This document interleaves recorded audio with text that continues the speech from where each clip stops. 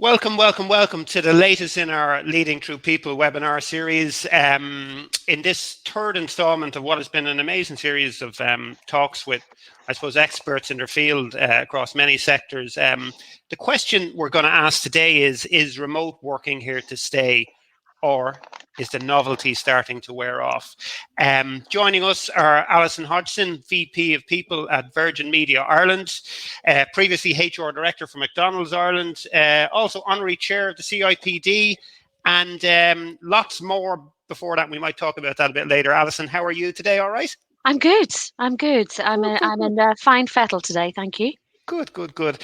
Also joining us as regular guest, Kevin Green, Strategic HR and Talent Advisor, author of the best-selling book, Competitive People Strategy.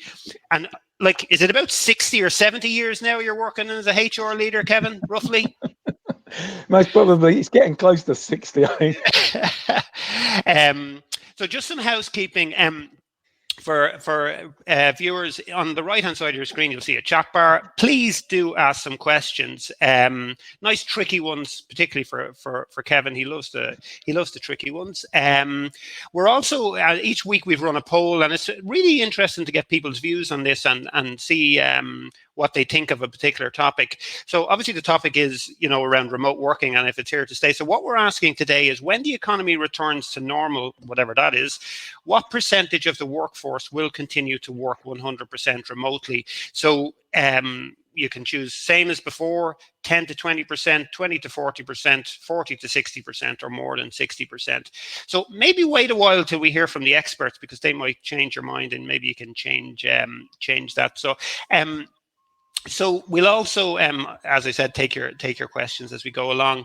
So, Alison, starting with you, how have the COVID-19 restrictions really impacted, obviously, Virgin Media from an operational and people perspective? And did you have people working 100% remotely before lockdown? And how have you sort of pivoted or moved to actually make sure that you're delivering the services that you're continue to do?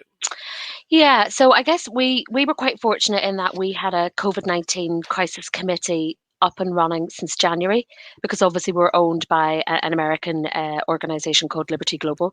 And so we had the benefit of foresight, really. And we had started to trial and test working from home in different parts of the business.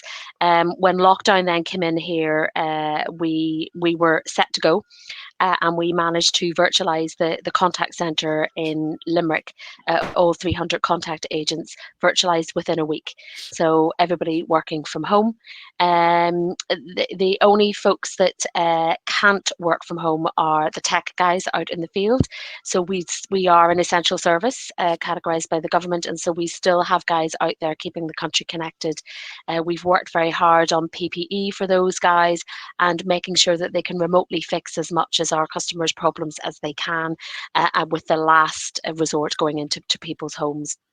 In the TV station, it's kind of hard to remotely be a cameraman and broadcast live news and live current affairs shows. So we've worked very hard there. Normally, a studio that has 300 people in it has no more than 20 at one given time now. In terms of, we have tag teams, a blue team and a red team. They never meet, so they can't cross contaminate. We've got Matt Cooper doing the Tonight Show, and he's pretty good on the Google's Hangout and technology at home. Ivan wouldn't be great. No, A bit like Kevin, no. bit Yeah. old fogey sort of Yeah.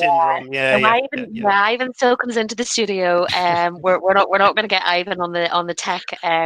But look, it has worked. It has worked well. I think, because of the unprecedented demand for our service, we ended up recruiting down in Limerick for contact agents. We had a phenomenal response.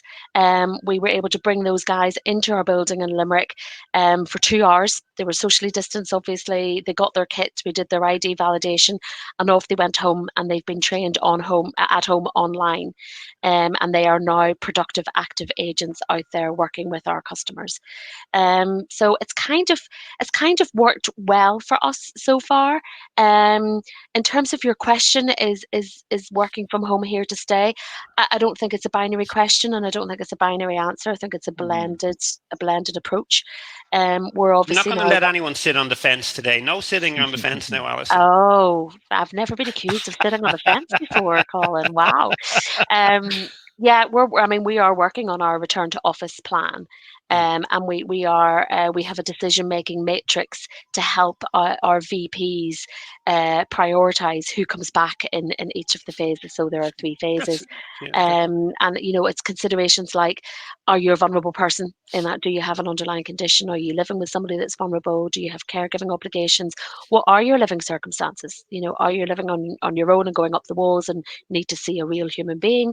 Or are you living in cramped accommodation, A to B in a 2-bedroom apartment, and actually just don't have space to work? So it's a very bespoke approach. But look, as the old saying goes, necessity is the mother of innovation, and we have absolutely found our feet and are into a rhythm now. Good. It So that's really kind of sounds it. amazing. I think I was telling you the other day, when Virgin Media became Virgin Media a number of years ago from the previous incarnation, as part of my master's, we had the marketing team come in, and they basically turned around the brand in 12 weeks, 100%. It was actually an amazing thing to see happen, and I suppose really showed how an organization like Virgin really can turn things around fast. Kevin, just in terms of what are you seeing on the ground? What's the feedback from companies, really?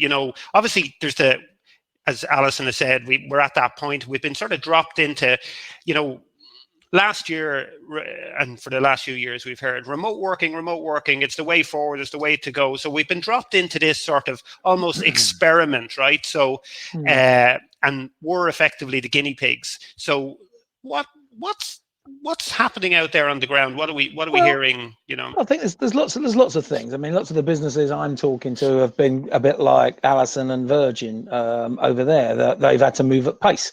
That means they didn't have a lot of planning, they didn't have a lot of time to prepare, and they've just done it, And I think one of the things that means often is they've had to retrofit things. The technology didn't quite work at the beginning. We need to think about training. So they've had to do things at pace. But one thing I think, following up on Alison's point, is with necessity comes the ability to just get over hurdles. People become quite resilient. They go round things, they go under them. Bit of ingenuity, and actually most organizations have found a way to do it. And I think what we're then in is the second phase, which is sort of the human dimension, which I think is, and I think Alison's right, so it depends on your home circumstances. Lots of people that have got studies and room can find it quite easy to find some space, but some people have got children at home, that makes it more difficult. Other people haven't got a lot of facilities, haven't got a lot of space. And so I think it's different for individuals. And I think one of the things that organizations are starting to do is to think about how do we support people's well-being through this process, because there's lots of anxiety and concern that may be health related. It may be, when does all this end? Have I got a job at the end of it? It just throws up lots and lots of questions. So I think one of the things that organizations are clearly trying to do is to engage people even though they're not in close physical proximity. So I think that's creating some challenges, but some opportunities. I think at the beginning of this, people were certainly, there was a sort of we're all in this together mentality, and I think people were just going at it hammer and tongs to make it work. And I think now we're trying to reflect on it and think about how do we refine it and make it that much better for people. And then I think the next challenge is, as you said, Colin, is about what do we do going forward. And I think the question, I'm with Alison, I don't think it's a binary question. I think remote working works for some people and for some roles, and I don't think it works for everybody in every role. So just on that, Kevin, so because before you go on to the solution, right? No, but I think the question's about flexibility, not about remote working. That's the point. Okay. So we've said now really that it seems to be an individual's question, right? So we've talked about individuals first off, right? So an individual isn't working well from home, is struggling, etc. Like in my experience, organizations find it difficult to suit individuals. Do you know what I mean? So how are we going to, I suppose, bring those people along? And you're going to have this situation where you've got to you've 100 people, 50 people love working from home, 50 people don't, right? You mightn't want or need or have the required 50 that want to work in the office. And, so how do you actually build a sort of a system, that's, I suppose, able to adapt and is able to sort of react to that sort of situation as we go on, Yeah, I mean, it's certainly one size does not fit all, and never were that more the case than now. It's going to take a lot of time and a lot of attention, and I think social distancing will be a big factor in this. So you may have a real estate where you've got 100 desks, but in reality, you're only ever going to be able to have 50 or less people in at any one given time. For the foreseeable future, if we are to believe what's ahead of us. I think it's in Ireland. I think, Kevin, it's different from the UK. I think Ireland still feel the pain of the crash 12 years ago, and certainly the sense that we are getting from our people is gratitude for still being in a job. I don't get the same sense from the UK media that there's that level of gratitude in working people over there. But that's just what I see in the media. But I know our people actually continually tell us that they're grateful still to have a job, because of course we have a large site down in Limerick, and that region has just been absolutely decimated. But I suppose, one of the other things that we've had to be quite careful about is not flooding people with well-being interventions. So there's a myriad of resources and options out there, and yoga, lots of yoga, all of that online fitness classes, where some people and some people keep their videos on in the online fitness classes. It's like, but yeah, so we're being quite cautious about that. We are providing a lot of wellbeing support. We do resilience webinars, and we're taking part in IBEX National Wellbeing Day tomorrow. But we're also trying not to crowd people. There were some basics that we had to get in place. So the ergonomics assessment for the Health and Safety Authority, and we did do all of that. And you do find that some people are working on ironing boards because that is what they've got. So Colin, in answer to your question, how do you take a bespoke approach? You take it with a lot of time and a lot of attention. I mean, I think one of the things is you've got to ask, haven't you? I mean, one of the things employers have got to do is they've got to engage people and say, look, what works for you, and can we accommodate? So I think there's always a balance between what works for the organisation and what works for the individual. And I think what you're trying to do is to recognise that, what works for one may not work for others. And there may be times when you want people on site for particular activities and times when you don't. So I think it's more about, you're right, building something that works for the organisation, that delivers the quality of service that you clearly want to provide, and at the same time works for as many of those individuals, because clearly what you want to do is to get people that enjoy their job and it fits with their life, and you don't lose people, you have good retention, you have good engagement.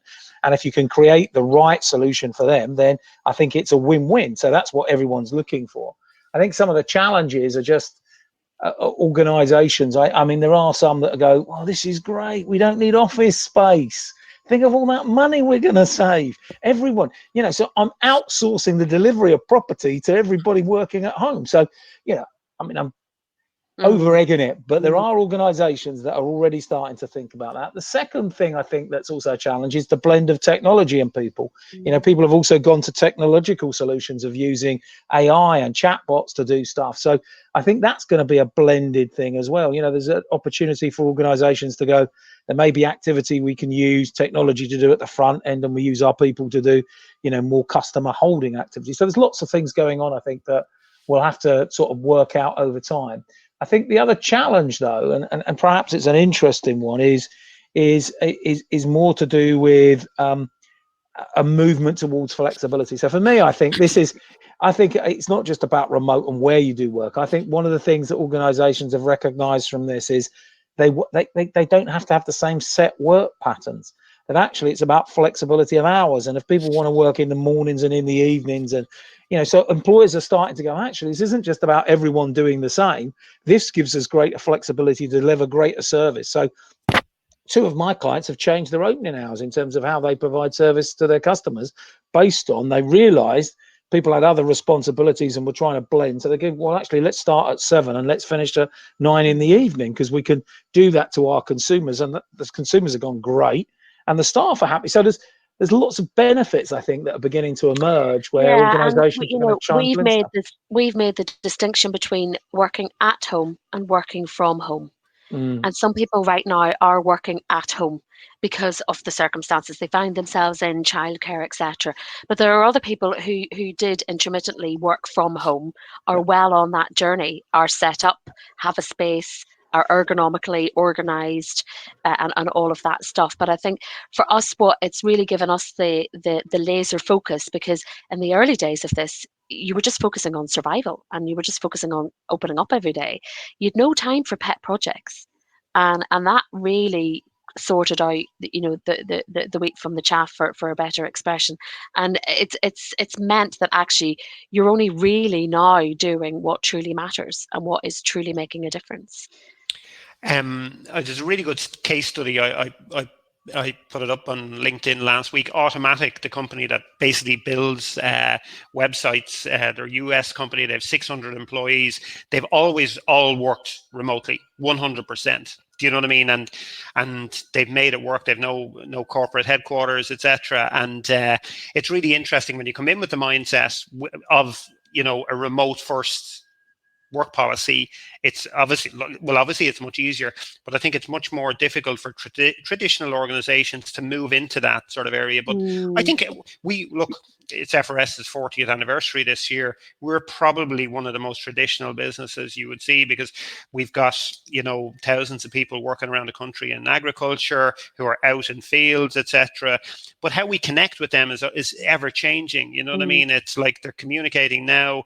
We have a product called HerdWatch, which is again a mobile app, again communicating, and I think people are moving slowly to it, but it is throwing up a lot of challenges, I think, for organizations who are in the middle of a sort of a difficulty anyway. Do you know what I mean? So in terms of their operations and finance, and maybe I think we've probably, a lot of us have had conversations with landlords and things and things like that in the last couple of weeks of rents, etc., and challenging. And you've heard a lot of people say that this crisis has been a great leveler, and then other people say, actually, no, it's been a great revealer, because a lot of companies' characters have been revealed. And I know, from our perspective, trust has been the biggest winner.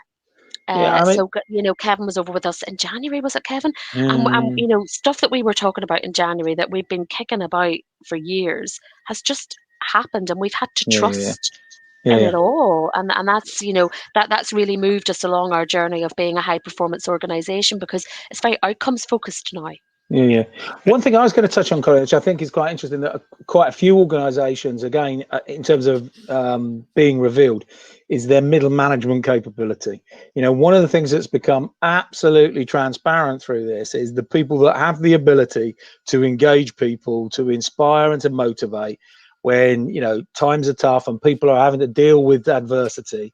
People step into it, and other people just can't hack it. And I think I've seen lots of organizations going, I tell you what, we know who we want to retain, we know who our leaders of the future are, and we also know we've got some problems here that we're going to need to develop people and grow them, and if we can't, then we may have to lose some people. So it's really exposed people's ability to inspire and motivate others.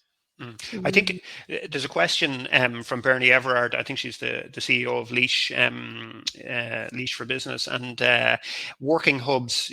These co-working hubs have really sprang up in Ireland in the last year. The government has provided a lot of sort of funding for these type of local hubs where you can probably get anything up to sort of 30, 40, 50 individual, spaces for people to work from.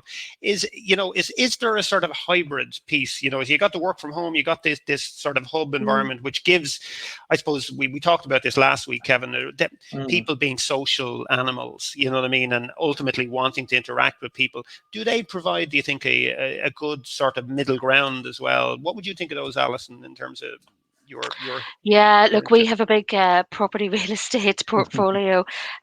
So right now, working hubs, wouldn't be on our radar at all.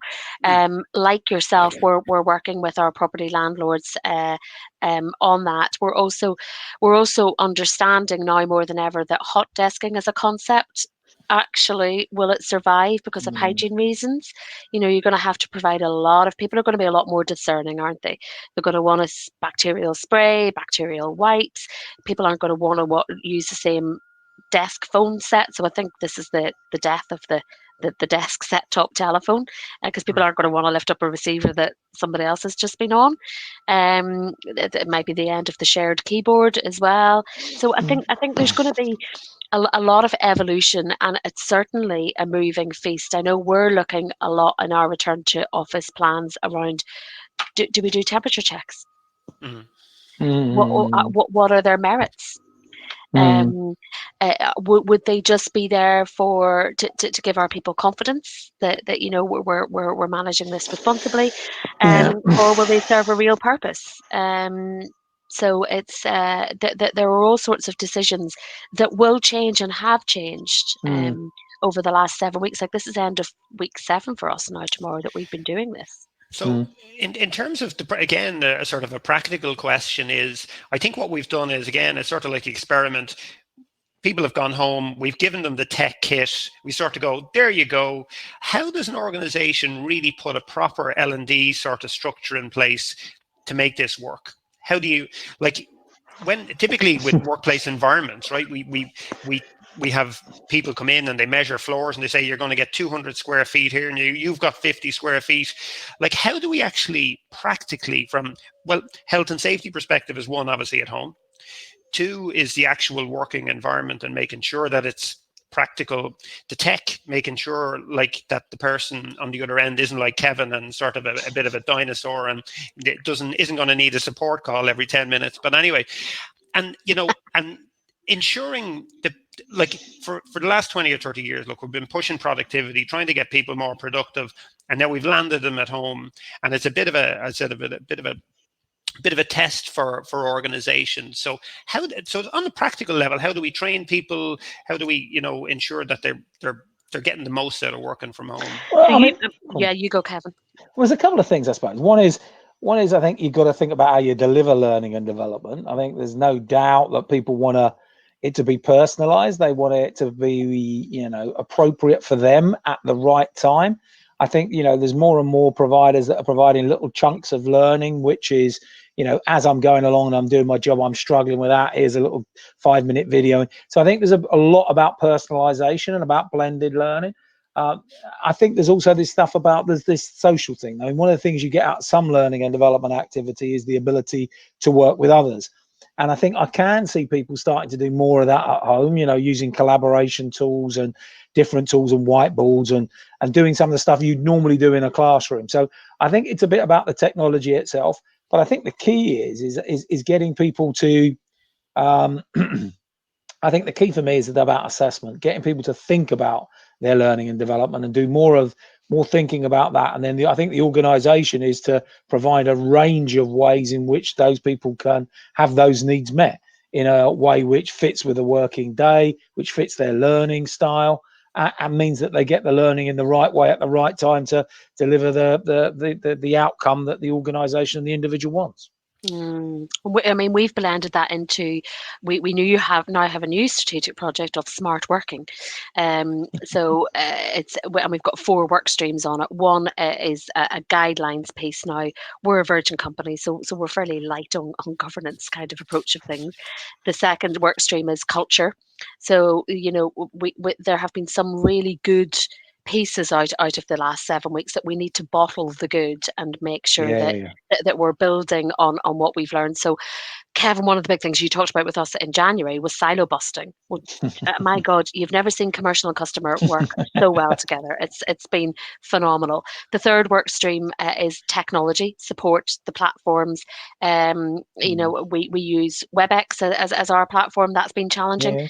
And then the fourth work stream is learning and development support. And we've just appointed a new learning and development partner. Kevin, you got to meet her, Erica, and she's been doing some great work, because this has fast forwarded the high performance organization stuff, and what makes up a high performance company in terms of learning, and we've been able to press the pause button on all of the stuff that we were just doing because we always did.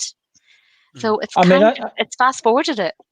I think that's interesting. Is the whole thing is about, in a period of disruption. We've all talked about how people respond quickly and just get the core to deliver. I think what you then go through is this period of starting to reflect. What do we learn from this? What can we do differently? And I think that's where people are. I think people are really starting to go, oh, this has thrown up some interesting stuff. We never thought we could change the culture. I mean, for one of my organizations, they've had this huge problem for years about how they deliver service to their end user.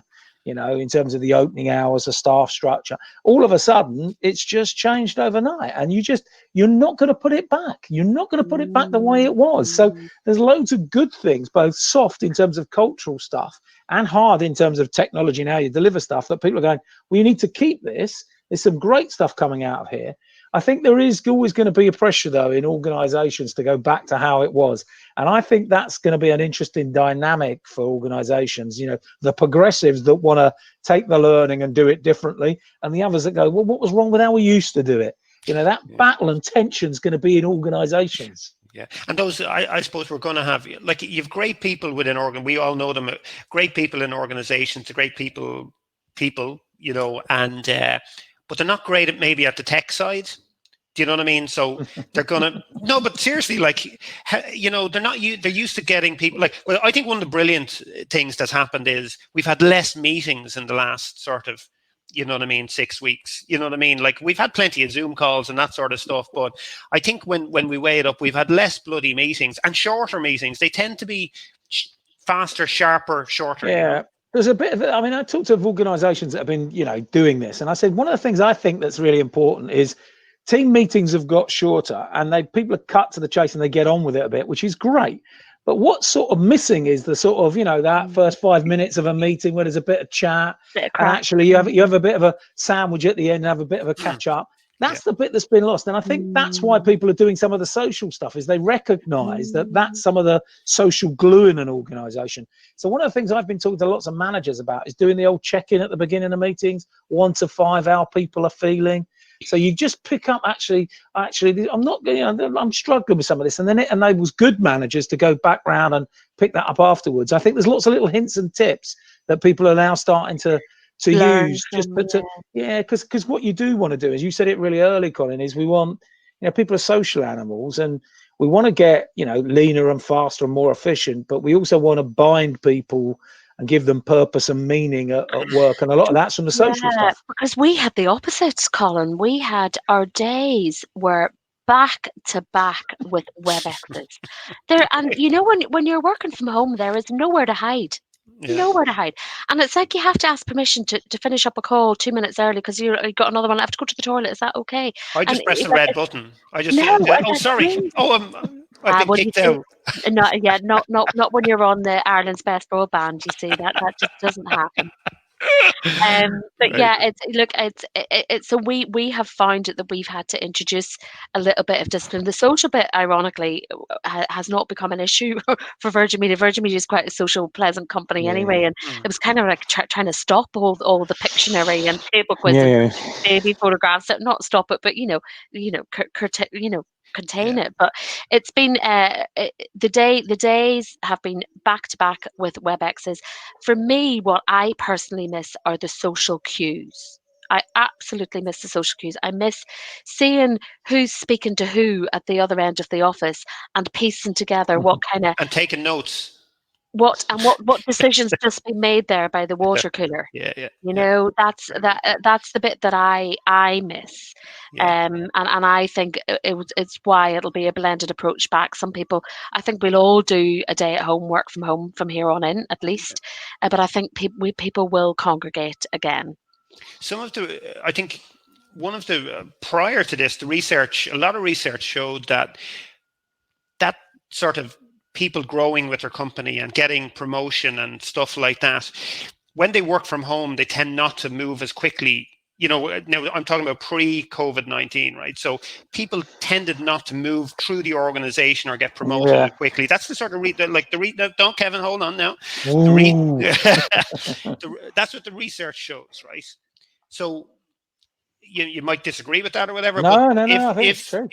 I think it's a real challenge for people. So you know what I mean. I remember we move people around all the time. We built a new building in Tipperary and all that sort of stuff, and they stuck me in the far corner to try to get me out of the way. You know, so I'm up well out of the way of the so-called C-suite and all that sort of stuff. And that interaction with people, it almost stops that sort of growth, and you're not talking to the right people enough, or your team enough, or your manager or whatever. How, like, from a career progression perspective, how are we going to get around that, really? Can I just talk? I mean, one of the things that's absolutely fascinating is that if you look at the number of jobs that are advertised, I'm going to give you UK statistic, but I mean, I think it'll be the same in Ireland.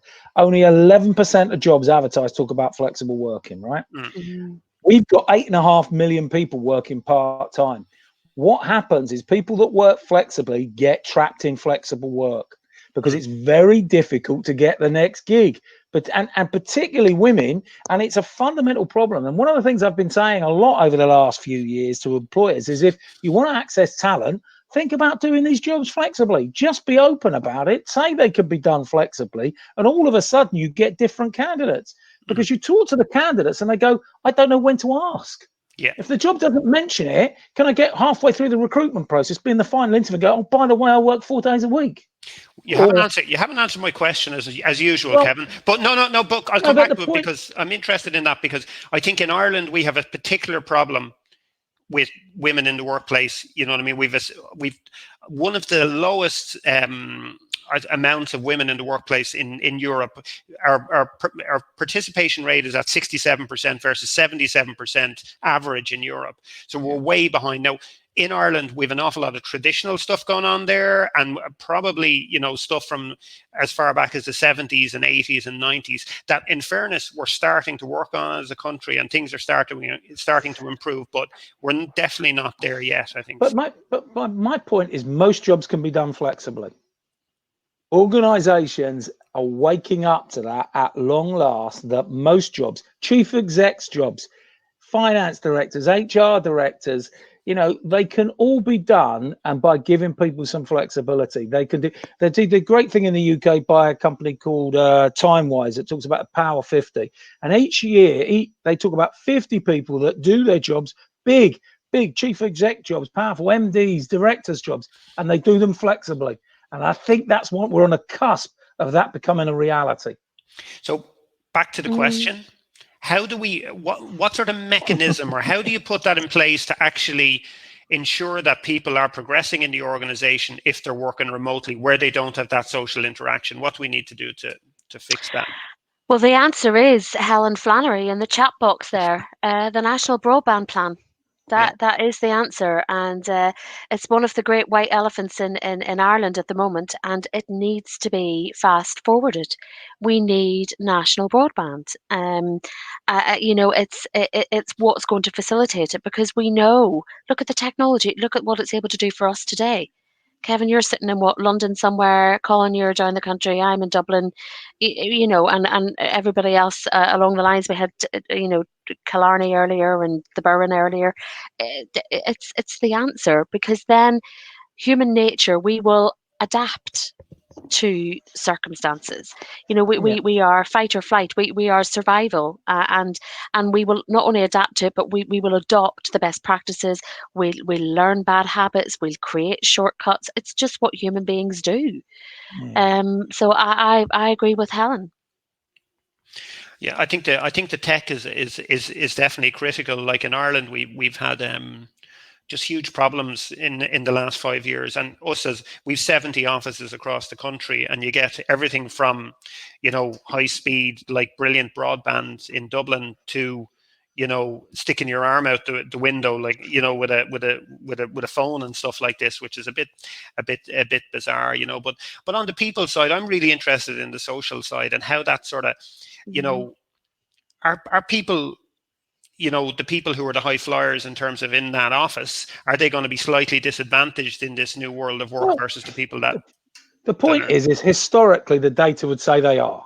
The issue is that organizations, I think, are going to recognize that, retaining great talent, retaining the people that make a huge difference, means that you've got to personalize the work for them.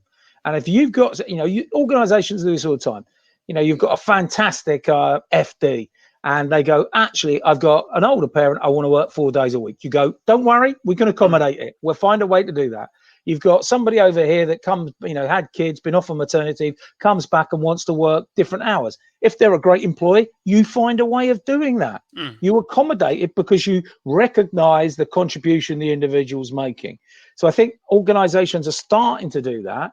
I think the challenge is how we open up flexible hiring. So when we say, this is the next job, or we advertise a job, we go, it can be done flexibly. We are going to challenge ourselves to give other people that want to work flexibly the opportunity of doing the great jobs. And I think they will find access to talent that will differentiate them, because I think there's loads of people that get stuck because people find the flexibility they've got means that they can accommodate looking after their parent or looking after kids, and then they want to change job. It's that, do they give up all of that? So there's a huge opportunity. So I think we have to go from the idea of flexible and remote working to flexible and remote hiring. That's the key. I just wonder, so in the interview, you're talking to someone, and obviously, as HR people, we're not allowed to ask questions about children, and how many children have you at home, and are they going to be swinging out of rafters when you're at home, etc. So how are we going to deal with that? Because they're the question. The question is going to be, we're going to frame it in the right way because we're great HR people. But what are we going to be taking into consideration, really, when we're hiring someone for a remote work job? Do you want to do that, Alison? Yeah, gee, thanks. Because I see Rachel Dudley in the chat box just experienced that in the last couple of weeks, and it just your heart sinks when you hear that, and it just makes you sad, and you just think, really, in this day and age. And not only are these people that are saying and doing these things remotely aware, but have they got anything up here at all? It just makes you sad. I mean, we have been recruiting, onboarding, training, and exiting people the whole way through this crisis, all via technology. It doesn't stop you from being understanding, empathetic, supportive, proactive, progressive. Just, in our smart working guidelines that I've drawn up, we've got some rules of the game, and one of them is, if one person is dialing in, the whole meeting has to be worked as if it's everybody's remote and in different rooms. And that's difficult because we are social human beings, and so you do catch people's eyes and get a bit of body language, and a crack and a joke happens that you might not necessarily see or hear online. So, what is the answer to that question? The answer to that question is, it's going to be necessity is going to make this happen. In the same way we all had to very quickly pack up on Friday the 13th of March and not go back into our offices, and we did, and it's worked, and we're still operating. I think it's going to be necessity that's going to do this, because I think people are going to be so much more discerning and less tolerant of this now. I don't know, Kevin, if you've got a better answer or even an answer. I think it's about, we're changing perceptions. You're changing, the way that we think about work is still exactly the same way as our parents thought about it. Predominantly full-time, permanent jobs, and we think about organizations as progression. And I think lots of people, I think the employees are changing. I think they want things differently. They want to have They want to blend their life and work more. They want to have more flexibility. And I think the great employers are the ones that are going to suck up the talent because they get there first by doing it the right way. So I think we've got to think about work as something that can be done in a range of different ways, in different time zones, in people working in different locations, because we now have the technology. So it's one of the great empowering things that we have at the moment is the ability to work differently. And I think working differently, if you can give people what they want out of it, but both from, you know, great work with meaning and purpose, a great organization where I can develop and learn even if I work remotely, and I can progress, we'll find a way of retaining the best talent. So I think it's a way of competing. I think it's a way of getting good people and keeping good people. So I think organizations are this where you hold up your book, Competitive People Strategy. Yay. Top Amazon. You should never have said that, should he? I know. I can't resist. But just looking at organizations, Alison, you work for Virgin, right? Like they're massive, like organization, worldwide company. Look, we're I suppose that when we join all our different bits together of our company, we're relatively large in an Irish concept. So I think the bigger companies will obviously get to grips with this stuff, and they'll put the investment in and all that type of thing. But for the medium-sized and small organizations out there, right, what are the measures? What should they be measuring really in terms of, and what should they be looking at, you know, in terms of performance, productivity, and those sort of measures that I suppose will show them what's working and what's not? How are they gonna get to grips with that, Kevin? It's actually back to basics. So it is having a good PDP and clear, defined goals. People need to understand what they're supposed to be working on, what is required, when it's required, who else needs to be working on it. And you know, we've surveyed our people a couple of times now, and thank God 87% knew what they were supposed to be working on. Thank God. No, it does worry. What happened to the other 13? I know.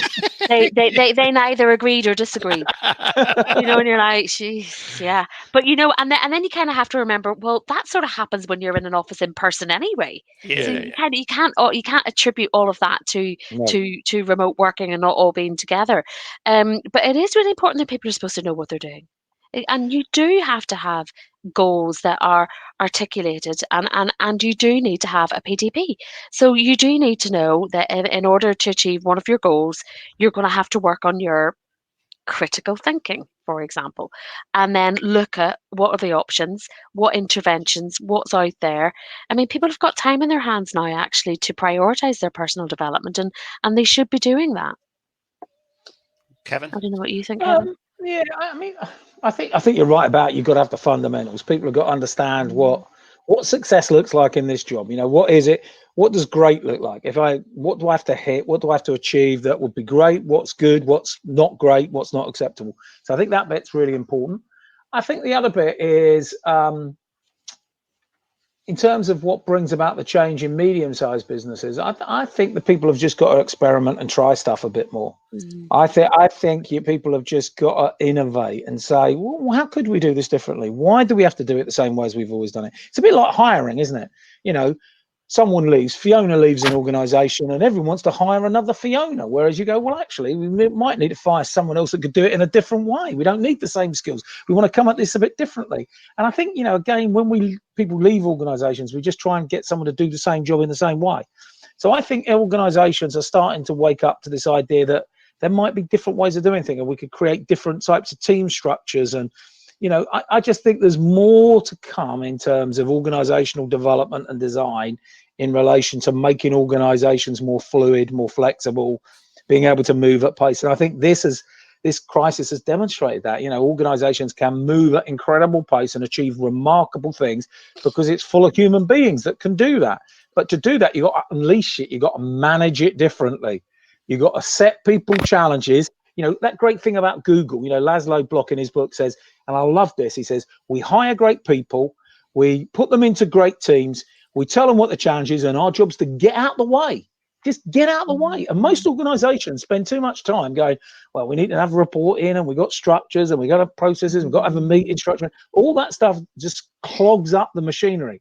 And I think, go back to Alison's point, we could get this set up in 2 weeks. We're now getting all the nonsense has gone, and we're just focusing on the stuff that makes a difference to customers.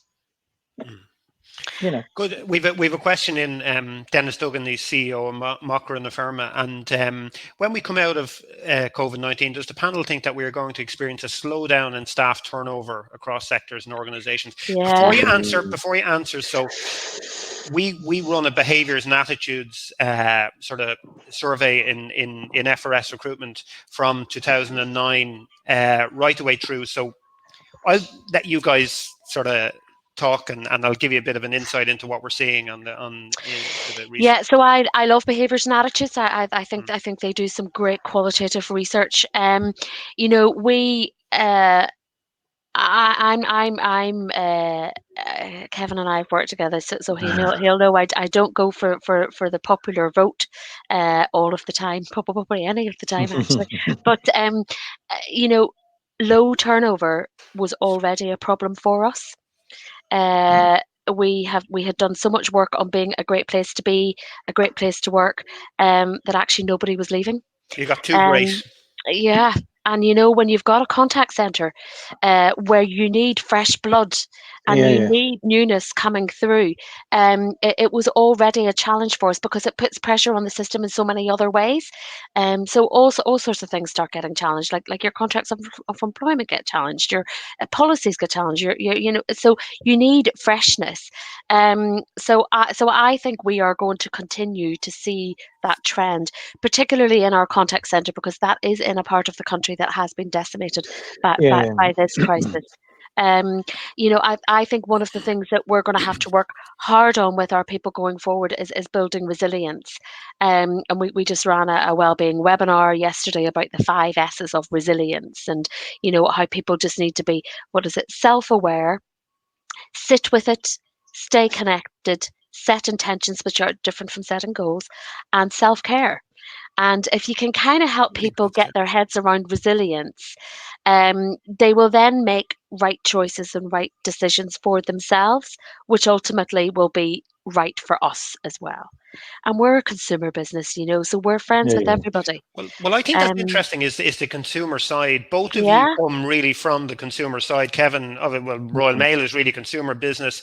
Alison, you've extended like all your experience nearly. I know you've some sort of other stuff, but McDonald's, it's, and I think consumer business look at the world differently. Yeah. We're friends with everybody. Other sorts of businesses. I think there's a couple of things. I think there's in answer to the question. I think generally there's going to be high unemployment, so that tends to let people tend to stay still. But I think there are going to be lots of people really frustrated with their employers. I think there's going to be organisations have managed this well. I think will do well. There are organisations that have managed this appallingly and are treating people appallingly. And I think that there will be lots of people that may have to stay put because they can't get another job easily. But actually, in terms of engagement, how they feel about their organisation and how it's managed them through this crisis, will be sitting there, not productive, not delivering, and just waiting to move when they can. So I think this is where cultures and values becomes real. This is when you do get people to stay with you, you retain them. Occasionally you need to freshen stuff up, but broadly we want people to stay, we want them to learn, we want them to grow, and we want them to be engaged and giving their best every day. And the best way of doing that is to have a set of values and behaviours that you use to make decisions in a crisis. And there are lots of organisations that have treated their people appallingly, and I hope all their good people leave them, because that's the point, really. Anyhow. Very good. True. I know. We're both popularists, really, Colin. Yeah, that's what and we hope they all come to FRS and our group of companies and Virgin, all the really good people. Yeah. But really interesting, and I think it's an interesting thing for organisations, right? So, I think organisations don't measure, as we've said already, how their people are feeling enough, right? And how that changes in different economic cycles and change that a business is going through. So we started a survey in 2009, right?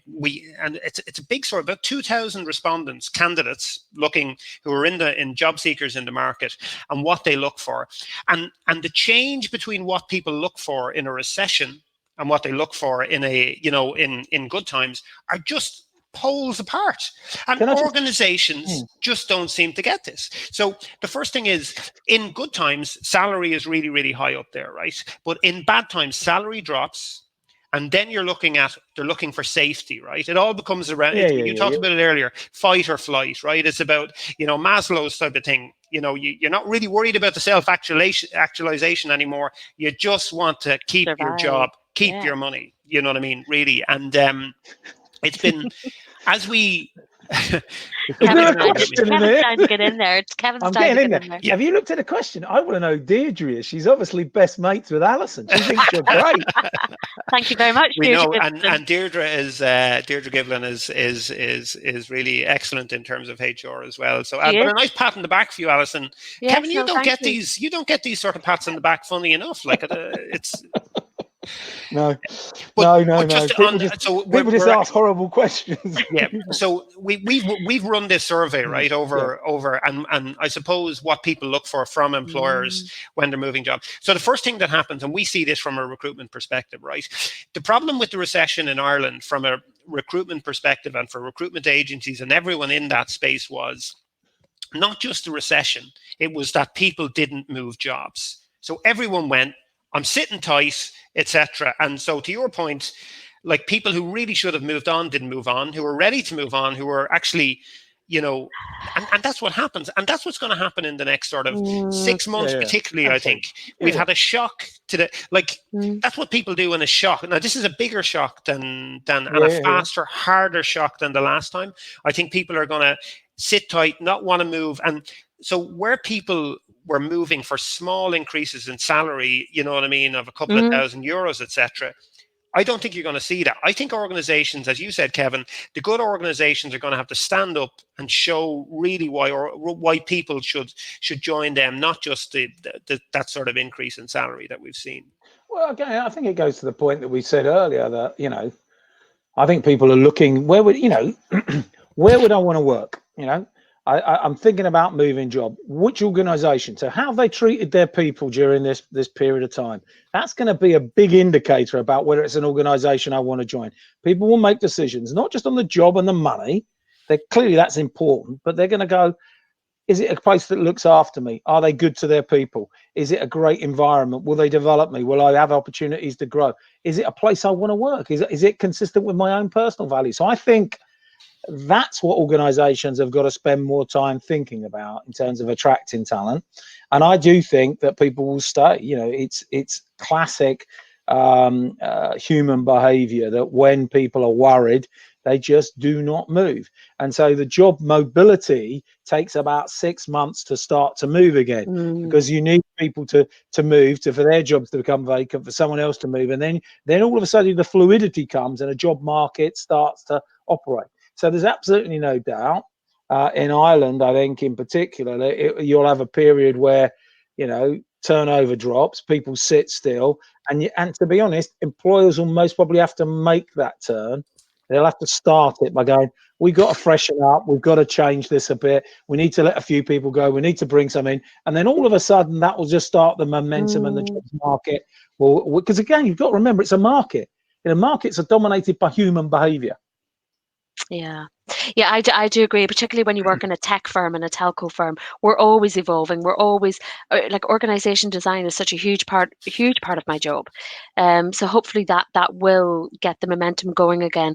Maria Weaver has a question. That's good. It's a good question, actually. Yeah, go for it, Kevin. Well, one of the things is it's two things really. So one of the things I think is, that bit I said about checking in at the beginning of meetings to find out how people are doing. I also think ask questions about, give us a score out of 5 for home and work. Now, actually, work I'm a 4. It's going okay. I'm happy. 1, my mother's not well. We're concerned about this. Blah blah blah. Actually, you know how someone's getting on. If you get 1 scores, good managers and leaders go around the back and pick that up. So that's one little way of doing it. Secondly, more one-to-ones. More conversations. Now, shorter meetings, but often checking in with people. Bang, bang, bang. How you doing? What's going on? How's your life? What's going, all of that stuff. And then the final thing that I think is really, really important is to create some time when people know you're available. One of the things with working remotely is you don't have the opportunity to stop people in the corridor. Oh, can I just grab 5 minutes? You don't have that. So what people find is they send an email to their boss. Their boss takes 2 days to get back to them, right? That 2 days, they're not really interested in me, not interested in my idea, because they can't stop you. They can't grab you for the conversation. So saying every day, 2 o'clock in the afternoon, there's an hour there, anyone in the team, give us a call, drop us a line, and I'm available to support you. Anything you want to talk about. Might be personal, might be work, but that's what so I think you've got to overemphasize availability as a manager and a leader, and you've got to up the frequency of the one-to-ones, and you've got to touch base with people. And so I think there's a lot you can do, but it is difficult. I'm the same as you. I observe, and a bit like Alison, I watch people, I observe people in meetings, I watch people in organizations, and you pick up a lot from that, and it is more difficult. It is much more difficult. That's the part I miss. That's the part I miss. It's tough, and certainly I am doing one-to-ones now twice a week with my team. But I think that's a great idea about overemphasizing availability. I mean, one of the things that I have found quite unnatural about it all is we've done a team pull-up every single morning at 9:30. Just checked in, bit of crack. If I've been on to Liberty Global, I'll tell them what's been said there, and all of that sort of stuff.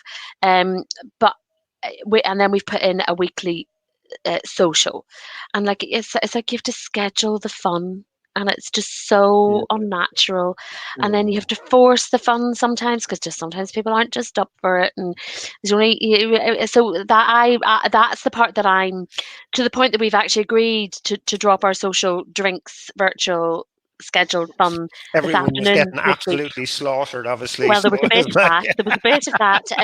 The Pictionary was getting more and more. The pictures going off the screen, and actually, on that, hard. Alison, did you find it like, obviously you deal with a US sort of side in the sense of what's the difference in attitude between the US and Ireland stroke Europe? So our Liberty Global have created a hardship fund, and they the board have put in 2 million, and the company is matching 2 million. So there is a 4 million hardship fund that you can apply for, whether it's you or your partner or somebody within your family has hit through hardship now. So they've been very proactive in that.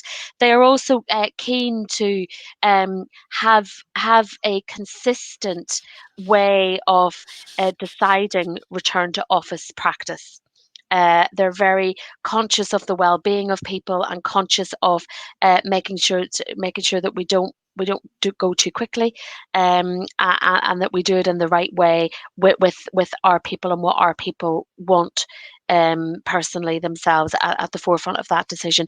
So the Americans have been exceptionally proactive in all of this. They've really got on it.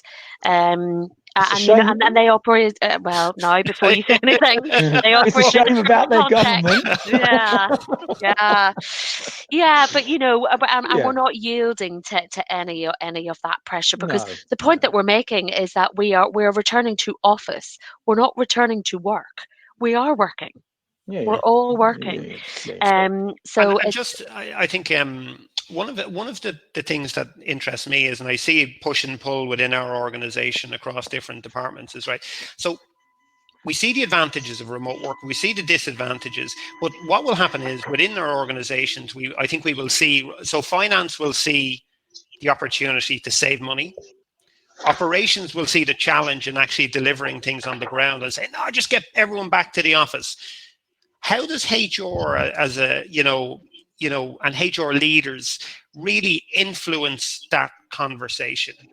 Well, they need data, don't they? I mean, one of the things is we've got to go out and engage our people and say to them, what bits do you like? What bits do you not like? What works? What doesn't? And we use data to be able to have the argument. You use business metrics. We're not using as much floor space. We're not, so there's some business benefits there. There's actually the ability to retain. I mean, there's a great stat, Harvard Business Review. I did a survey of people that work remotely. 80% of people that work remotely said if it's done well, they're more engaged and morale improves. And 62% said they feel more trusted. If you do this well, you get the advantage of more engagement and more trust, because you're not watching them all the time. You're trusting them to work from home. That's Trust a great is the biggest winner. Yeah, trust is the biggest winner. But that's what we've got to show. We've got to find evidence to go back and go, this isn't about just money and whatever it may be. It's about actually we get these people, human benefits that then feed into greater retention, better customer service, and all the other metrics that we know have an impact on profitability. So we've got to keep demonstrating the people metrics have an impact on the customer metrics. The customer metrics have an impact on business performance overall. So just a couple of we're actually you need to do your poll. I know, I'm just thanks, Kevin. I've just have it up in front of me here. He's good at that, isn't he, Alison? Keeping us on our toes, you know. Firing rocks. So when the economy returns to normal, what percentage of the workforce will continue to work 100% remotely? So the same as before is actually 0%. 10 to 20% is about 53%. 20 to 40% of continuing to work remotely is about 40. 40 to 60 is about 10%, and more than 60 is 0. So what do you guys think? Where do you think it'll land? Somewhere in between. It's definitely going to be. She's sitting on the fence again, Kevin. She's sitting on the fence. Push her off that fence. I know. Do you know one of the problems is that we're all very keen to attribute problems and challenges and issues that we have to either technology or remote working right now. And if you think about it, you know, if you're doing a presentation in the office, sometimes you can't get your PowerPoint slides up. That's Kevin. Do you know what I mean? But so, you know, issues and challenges and problems happen when you're in person just as much as they happen whenever you're working remotely and working from home. So I think we've got to be careful not to use this as a scapegoat for either a reason to do something or a reason not to do something. So I still think it's going to be a blended approach. I still don't think it's a binary question or a binary answer. I think we're not going to have the luxury anyway, because of social distancing, to have everybody in all at the same time. So just a little one for next week. So we've actually a rock star called Hung Lee coming on next week, Kevin. As you know, he's well known in the, I suppose, technology area and the future of recruitment and stuff like that. So I think there's going to be a massive shift. I think organizations are actually looking much more now at automation and how can we do these things better. You know, so you're going to have a lot of stuff going on in the next couple of years. You know what I mean? What do you think? What's your thoughts really on that in terms of how organizations are going to, you know, fast forward in terms of technology? Well, I think I've sort of talked about it a bit. I mean, I think, you know, there was a big debate for the last, 3 or 4 years, the future of work. You know, what is it? Well, everyone wants to work differently. Technology is going to change. And I think that's absolutely true. I think this has just accelerated that. I think it just has got people to go, actually, we can move at pace. We can use technology. People can work differently. People want to work differently. We sort of get on with it. Let's stop talking about it as some kind of weird concept, you know, the future of work. Well, we've all been working for hundreds of years. It always changes. We just got to adapt and use things at pace. And I think what this has given, it's been a practical example of being able to do that. So I think organizations will be more confident. I think they'll be up for it, and I think their people will be up for it as well. So I think it will help us break through some of the malaise, some of the challenges in organisations.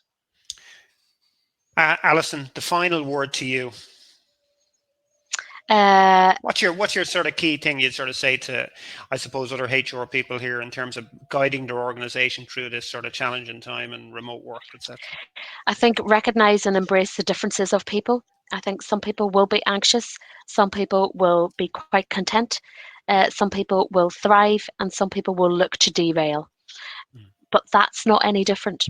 That you always have that, and I think it's just in terms of what Kevin has said, we as a species we have always adapted, and we will continue to do so. But I think it is, you know, remote working in some sense, shape or form will absolutely continue to be.